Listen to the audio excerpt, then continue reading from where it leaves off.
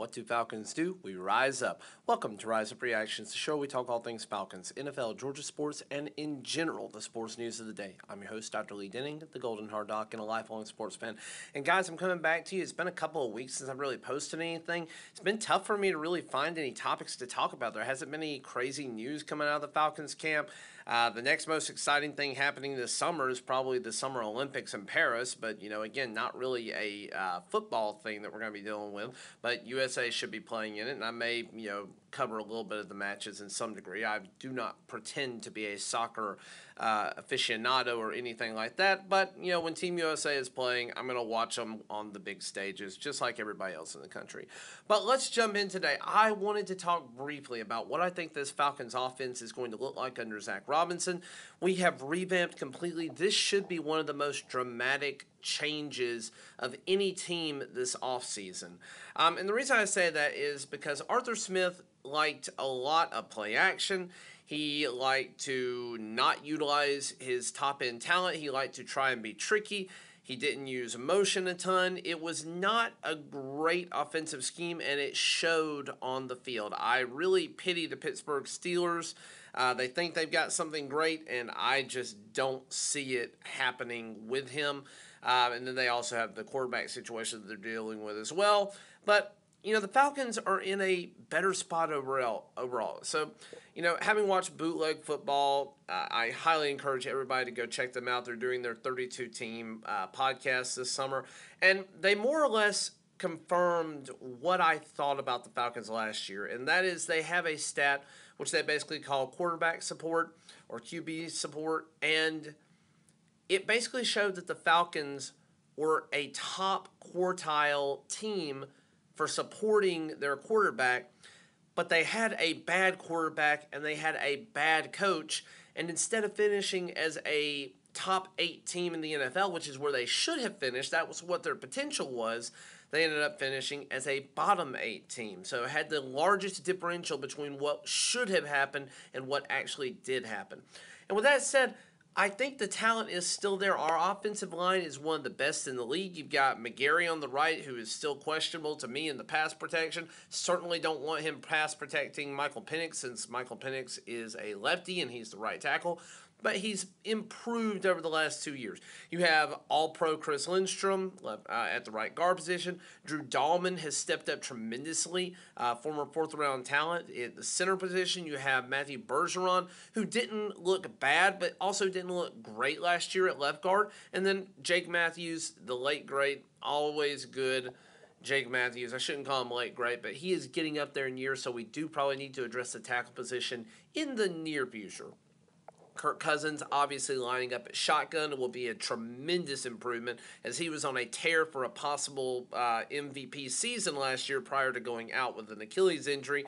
And then Bijan Robinson should be used as Bijan Robinson is supposed to be used, along with Tyler Algier. And then again, Drake London, who has been the only solid receiving option, should get even better. This is an offense that more or less uses what's called 11 personnel. For those of you that are not super big into football terms, 11 personnel is basically you have 3 wide receivers, 1 tight end, and a running back. You do not utilize a fullback, and you don't utilize a ton of tight ends. Last year we went with a lot of 2 tight end looks.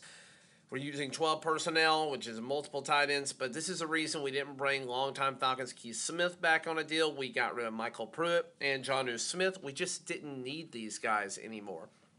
And I'm kind of surprised John Fitzpatrick is still on the roster, if I'm being honest. But if you go back and look, you have to look back at what Zach Robinson and Sean McVay have done in the Rams to figure out what the Falcons are going to be doing. And they ran 11 personnel like almost 80+% of the time last year.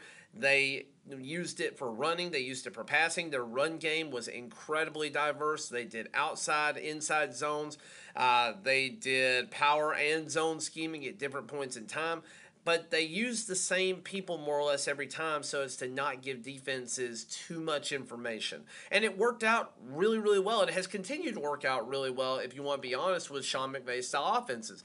Zach Robinson has spent the bulk of his career with Sean, and I think that we're going to see a lot of that carry over with him, plus a little mix of whatever he wants to add in as well. He's been a quarterback whisperer, so I have a lot of faith that he is going to bring out the top talent of Michael Penix when the time comes, though Michael Penix will be basically towards the end of his 20s at that point in time. The other thing that's kind of interesting, we've got Bijan Robinson and we have Tyler Algier. But I do look for Bijan to be featured probably 65 to 70% of the time, and Tyler Algier to come in there as well. I don't think they'll change the scheme. I think that's something that Arthur Smith did way too much last year. You knew if Tyler Algier was in there that we were going to be running the ball. You knew if Bijan was in there that we could do about anything. But likely we were going to be trying to pass the ball in that situation. I think that we are going to need to mix it up a little bit. Basically, just keep the same look but throw a different back in there. I do think he could be a solid change of pace back with Tyler Algier, but I think Bijan is going to put up some numbers this year. Kyron Williams, when healthy, was a featured back. They really didn't use almost anybody else last year in the Rams offense, and I think that's more or less going to be what the Falcons do this year too, even though Tyler Algier is great. With the wide receiver position, we're pretty set here. We have Drake London, who should be great. He is going as a top 12 wide receiver in fantasy. And honestly, that's probably what his potential is. He could finish well within the top 10 if Kirk Cousins does what Kirk Cousins has always done and elevates that position. Then you also have the wide receiver 2, which will be Darnell Mooney, and the wide receiver 3, or the slot guy, who will almost certainly be Rondale Moore. These guys are probably going to be on the field for 75+% of snaps. I do think Rondale Moore could be brought out for things just A, to mix it up a little bit, and then B, if we know we're going to be running a lot, I don't think he's going to be the best at only 5'8" out there, so we might need a little bit better run blocking, which is where a guy like Cotterell Hodge comes in as the possible wide receiver 4 in there. I don't know that he's going to get a ton of volume because you also have to feature Kyle Pitts. Kyle Pitts, who has been sitting waiting for a quarterback to really take advantage of the athleticism that he brings to the table. And this is the year. Again, I've already said in my bold predictions, I think Kyle Pitts is going to finish as a top 2 tight end for fantasy purposes, which would also mean that he finishes top 2 in scoring. Kirk Cousins historically has elevated every tight end that he has played with. Jordan Reed, TJ Hawkinson, these are guys that have been top 5 wide receivers in the league playing under him. And I think Kyle Pitts is the most talented of that bunch and could really take off. He's young. He's healthy. It should be a very good year. So you got really a couple of mouths to feed at the top end of it with Drake London, Kyle Pitts, maybe Darnell Mooney, and obviously Bijan Robinson. Doesn't leave a lot of room for a 4th guy, though you can have some change of pace guys there. Again, Rondale Moore, he may step up and get the bulk of the targets after that grouping. But you do have Casey Washington, who we drafted late in the 7th round. I think 7th round. Maybe it was 6th round. I don't remember. Maybe we didn't have a 7th round pick. But he was like our last pick of the draft. He is a target machine, and all he does is catch balls. He's going to be great in special teams. He's probably going to make the final 53-man roster. And then you also have Ray McLeod, who we brought on very specifically to be a special teams guy. But because he will be on the roster, we can use him at the wide receiver position. So somebody that's pretty dynamic as well. So I look for this team to be better. I think this is going to be a very balanced offense. I think we have the weapons to be the best in our division. And again, I've already said my bolder prediction is that the Falcons basically take first place in the NFC. They have one of the easier schedules, and if they turn into the team that we think they could be, it's certainly possible. I don't have them finishing that way. I have them finishing with 11 wins, and I'll probably go over which games I think we're winning and which games I think we're losing next week just to have something to talk about.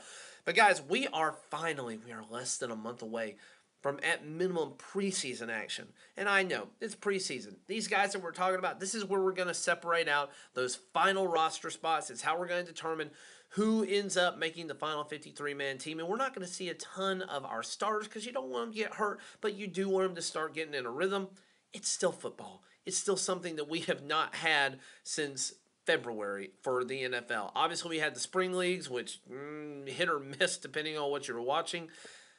But it's finally back. The NFL is less than a month away. I couldn't be happier, couldn't be more excited. Thank you for watching, liking, sharing, and subscribing. And as always, rise up.